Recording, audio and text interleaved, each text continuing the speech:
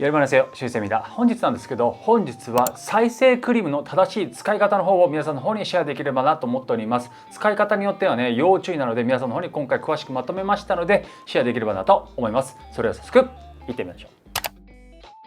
本日もご視聴ありがとうございます。本日なんですけど、本日は再生クリームについて皆さんの方にまとめましたので、使い方によってはプラスになったりマイナスになったりするので、今回ね詳しくまとめましたので参考にしていただければ非常に嬉しいかなと思います。で、韓国の薬局コスメで流行ってる、僕が再生クリームとかも結構ご紹介してるんですけど、肌に塗るのとかね、それ傷用じゃないのっていうね声もね多々あるかと思うんですよ。そこでね、使っても問題ない使い方とかマイナスになる使い方っていうのがあるので、この使い方によってはスキンケアにも効果抜群だったりとか、使いすぎると逆に肌のトラブルになったりする原因にもなりかねないんですよね。なので、今回はそんなマデカソルの正しい使い方、そしてどんな人にも向いてるか、絶対に避けるべき落とし穴っていうところを徹底解説して皆さんの方にシェアしたいなと思います。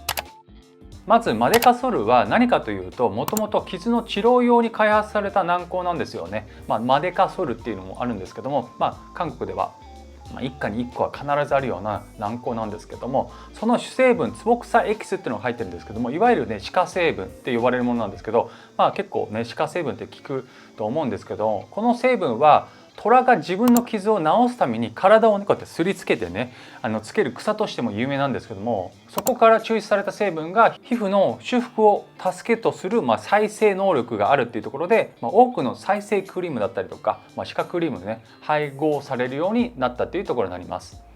そこでなぜスキンケアに話題にっていうところなんですけども、本来ね傷用だったマデカソルがなぜこんなに今美容目的で使用されている方が多いかというと、理由はシンプルで、肌が再生や炎症に対してのアプローチの効果があるっていうところなんですよね。しかもね値段も安くて、薬局ダイソー、韓国のダイソーなんですけども、あとコンビニ、韓国のね買える手軽さっていうところで、ここにも落とし穴があるっていうところで皆さんの方に追加情報としてご紹介したんですけども、まず容量が少ないっていうところなんですけどね、大体ねコンビニとかダイソーで売ってるやつが大体 6g とか 10g 程度だったりするんですけども、顔全体に塗ったらもう1週間ぐらいでなくなるんですよね。あと成分量が少なかったりするっていうことなんですよ。っていうところで逆に意外と高くつくので、どこで買った方がいいかっていうのも非常に大事になってきて、成分選びにも非常に大事になってきております。っていうところでマデカソルの注意点なんですけど、ここからがね本題になってくるかなと思うんですけど、マデカソルをスキンケアに使う時は一番大事な注意点、抗生物質やステロイドが入っているものは絶対に避けることになります。なぜかというと、抗生物質や長期間で使用すると、菌ができて効かなくなるんですよね。プラスあとステロイドは短期間ならいいんだけど、長期間使うと皮膚が薄くなってしまうので、ここら辺も注意になってきております。だから選ぶ時は無添加のマデカソルがいいっていうところになりますね。そこで具体的な無添加なんですけど、マデカソルのゲル、そしてマデカソルの粉末、そして通常のマデカソルの軟膏になりますね。この3つのタイプはステロイドだったり抗生物質が入ってないっていうのも韓国のサイトであるんですけども、公式でちゃんと出されているものなので、この3つは無添加なので心配しなくて大丈夫なようなものになります。っていうところで、どのタイプを選ぶべきかっていうところなんですけど、マデカソルに大きく分けてクリームタイプ、そしてゲルタイプ、パウダータイプっていうこのね3種類があるんですけど、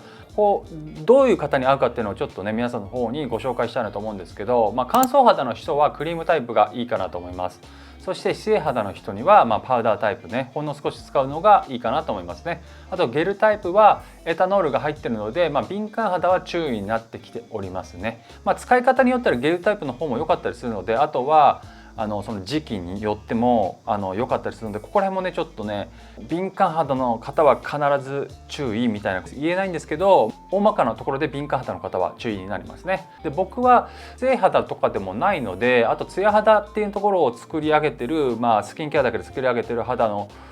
めがけてるので、僕の場合だとクリームタイプだったりとか、エタノールが入ってるんですけども、ゲルタイプを使うことがかなり多いっていうことですね。で、あとはおすすめな使い方、マデカソル、水分クリーム、ワセリンっていうのがね、この3点セットがね非常におすすめかなと思います。理由は簡単で、ちゃんとね再生クリームを、再生能力があるクリームを塗って、保湿をちゃんとさせる。そして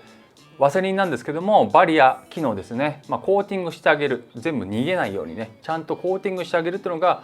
おすすめな使用の仕方になりますね。でここでも気をつけたいことがありまして、他の化粧品との併用なんですよ。特にね美白シワ改善だったりとかね、そういうね機能性化粧品があるかと思うんですけども、ここら辺は混ぜない方がいいかなと思います。なぜなら成分が化学反応や効果の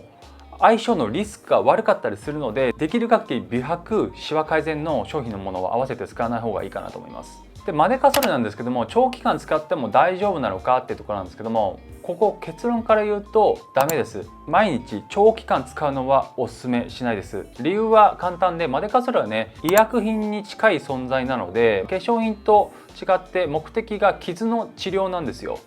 成分に対して肌が敏感になってしまう可能性もあるので、使うとしても2週間から3週間程度、長くても4週間程度の短期集中使用がおすすめかなって感じですね。肌荒れや赤みが出た時に使うレスキュータイムとしての活用、このぐらいの距離感がおすすめかなと思いますね。はい、っていうところでマデカソルのまとめなんですけど、マデカソルは確かにすごいんですよ。もともとはっていうか、韓国で美容皮膚科で、手術の後に使ってたものだったりして、その前を言うとマデカソルみたいな感じで、軟膏やけどしちゃったりとか擦り傷の時に使うマデカソルって軟膏があるんですけども、そこから美容外科で使う手術の後に使うってもので、結構再生クリームって流行ってスキンケアの方に流行りだしたっていうところが大まかな流れかなと思ってるんですけど、そこでね、使い方とか選び方を間違えると逆効果になってきちゃうので、まとめますとステロイド抗生物質がなしのものを選ぶ。あとは化粧品との併用なんですけども、水分クリームのみの併用がいいかなと思いますね。あとはワセリンですね、コーティングしてあげるっていうところね。あと使用期間は短めにっていうところで、この3点を守って活用してみれば非常に効果も圧倒的に効果を感じやすくて、肌にも負担がないのでいいのかなと思っておりますので、是非ね試していただければと思います。で僕のここでおすすめの再生クリームを皆さんの方にご紹介できればなと思うんですけど、もう圧倒的にセンテリア24になりますね。もうセンテリア24はもう10年以上は僕は使ってるんですけど、センテリア24の、今シーズン7なんですけど、成分量が非常に良かったりするので、ここはね再生クリームに対して、マデカソルに対して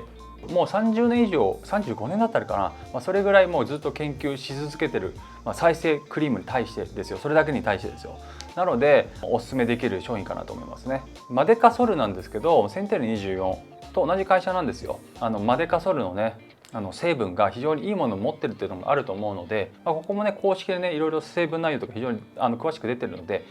気になる方はそちらもね見ていただければ非常に詳しく